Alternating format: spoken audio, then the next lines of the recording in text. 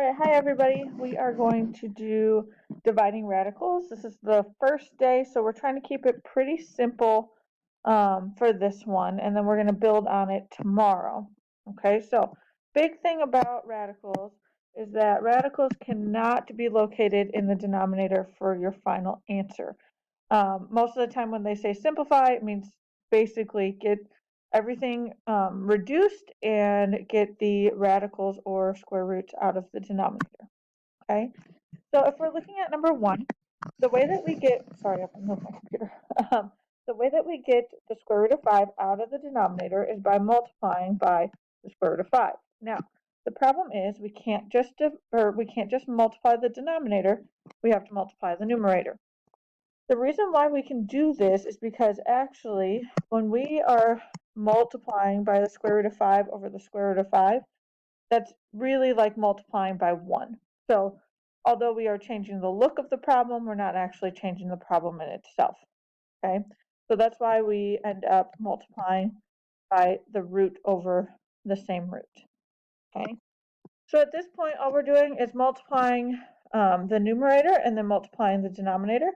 Just like we were talking about the last couple days, when we multiply these, we get 3 root 5, because remember, everything on the outside just gets multiplied by other outside numbers.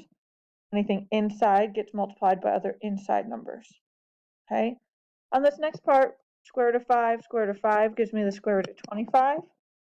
And we know what the square root of 25 is, it's 5. So this ends up being our final answer.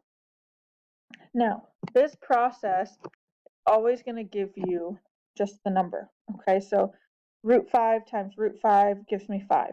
You can jump there, and I probably will start jumping there, or you can put this little step in between it. That's totally fine either way. Okay. All right, so that was like one of the most basic ones. Now we're going to get into something a little bit different. If you're looking at number 2, hopefully you notice that there is something different about this one. This one actually has 2 numbers on the outside. Now, you do not have to simplify in the beginning if you don't want to. You can simplify later. For me, I'm going to simplify right away because then the numbers aren't as big. So 6 over 24, that as a fraction, we can reduce to 1 over 4. So in reality, we have 1 over 4 root 3. Now at this point, some of you probably will think to multiply the numerator and the denominator by 4 root 3. But in reality, all we need to get out is the square root. The 4 can stay. If you multiply the 4 in the numerator and denominator, you'll just have to reduce more later. You can still get the correct answer. Okay, but the 4 can be there, the root 3 cannot. So at this point, we have 1 times root 3, which gives me root 3. Then we have 4 root 3 times 3. So on this one, again, we multiply the outsides. 4 times 1 is 4. And then we have root 3 times root 3, which is the square root of 9, which we do know is actually 3. So it's root 3 times 4 times, over 4 times 3, which really is the square root of 3 over 12. Final answer. Now, if you notice, on the first one and the second problem, we did not reduce these, even though 5 and 5 can reduce, 3 and 12 can reduce. The big thing is, just like with multiplying, if there is a number underneath the square root and a number outside the square root, you can't really combine those numbers. So I can't reduce the square root of 3 over 2 because the square root of 3 over 2, the 3 is underneath a root. Sorry, I mean 12. I kept saying 2. The square root of 3 over 12 can't reduce that because the root 3 is underneath a root and the 12 is not. If they were both underneath the square root, we could simplify them. Just like at the very beginning, where we can simplify 6 and 24 because they are both outside numbers. We're going to look at that here in a second. Okay. All right. So continuing to build here, looking at number 3.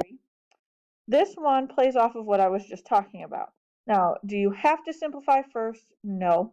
But I find that it is much easier to simplify in the beginning if you can, so that your numbers are a lot smaller. Okay, so the 8 is the only thing on the outside, so nothing to reduce that with. But if we look at the root 2 and the root 30, they are both underneath the square root, and they both can be reduced by 2. So if you had something just like 2 over 30, it would reduce to 1 over 15, right? So in this case, the 8 stays the same, right? And then we have technically the square root of 1 over the square root of 15. Now, we all know the square root of 1 is 1, so it really is like it's not there. So our problem now just turned into 8 over the square root of 15. At this point, we need to get the square root out of the denominator. So we have the square root of 15 over the square root of 15. We multiply straight across, so we get 8 root 15 over the square root of 225, which is 15. Remember, root 15 gives me just 15. Now again, I cannot simplify this, so I leave it as is. Now some of you might have thought about the square root of 15 and said, oh wait, can't I reduce that? Well, if you start breaking it down, you just get a 5 and a 3. Since there are no pairs, you cannot break it down. All right, now we're into our last problem. Again, you can start right here and try and simplify, or you can just use the square root of 27. I'm going to simplify just because, again, I feel like that's easier.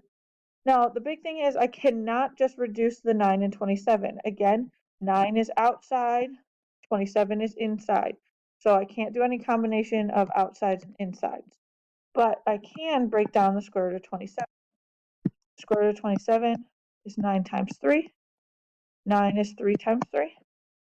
So I can rewrite that as 3 root 3. And the negative 9 stays. At this point, you can notice that we have two numbers on the outside that can be reduced. Negative 9 divided by 3 gives me negative 3 over 1. Right? And you can put a 1 in the denominator, but you don't have to. At this point, again, cannot reduce negative 3 over root 3 because 1 is outside, 1 is inside. So we are going to multiply numerator and denominator by root 3. So my numerator becomes negative 3 root 3, and my denominator becomes 3. Because remember, root 3 gives me square root of 9, which is 3. Now again, we can take a look and see we have two numbers on the outside that can be reduced. It just becomes negative 1 and then root 3. Again, you could put the 1, but when we are putting things into Microsoft Forms, please do not have the 1 out in front because we don't technically need it. It's not wrong if you do put it, but just like when we write X, we do not very often put 1x. We just know that it's there, right? Okay, so at this point, I encourage you to pause and try these. Okay.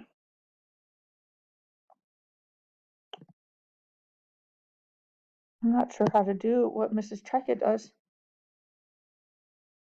All right, I figured out how to do what Mrs. Cheka does and pause it. So here are the final answers that you should have gotten. Now, when you look at my work, remember, I choose to simplify first. You could choose to simplify something after, or maybe you don't recognize that you can simplify at the very beginning and then you do it later. It doesn't matter. You should end up with the same answer. So hopefully number 5 was pretty quick and easy. All you have to do is multiply by root 2 over root 2. You get root 2 over 2. On number 6, I chose to simplify 6 over 2, which is 3 over 1. And then I also chose to simplify the square root of 10 over the square root of 50.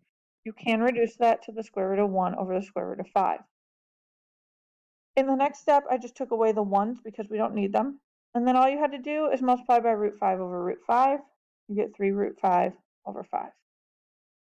All right, at this point, you should be ready to go for the Microsoft Forms for the day today. Tomorrow, we are going to work with the same idea, but just a little bit more difficult. So make sure that we lock in on these before we get to tomorrow. All right, good luck. Have a wonderful day.